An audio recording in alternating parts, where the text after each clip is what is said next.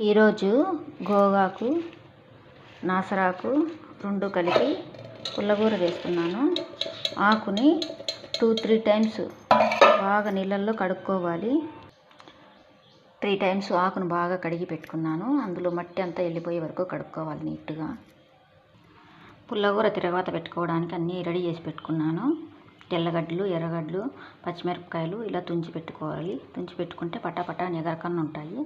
2 వంకాయలు కూడా వేస్తున్నాను టేస్ట్ కోసము బాగుంటుందని. టమాటాలు కారం తరిగి పెట్టుకున్నాను. ఇంకా తిరగవాత పెట్టుకుందాం. ఆకు కడిగి పెట్టుకున్నాను. ఇందులో ఈరోజు చింతపండు వేయడం లేదు, ఎందుకంటే ఈ ఆకు పుల్లగా ఉంటుంది కదా ఎక్కువ, అందుకోసమని. గోగాకు పులుపు ఎక్కువ కదా, అందుకోసమని వేయడం లేదు. గోగాకు తక్కువగా ఉంటే చింతపండు పిచ్చేసుకోవచ్చు, లేదంటే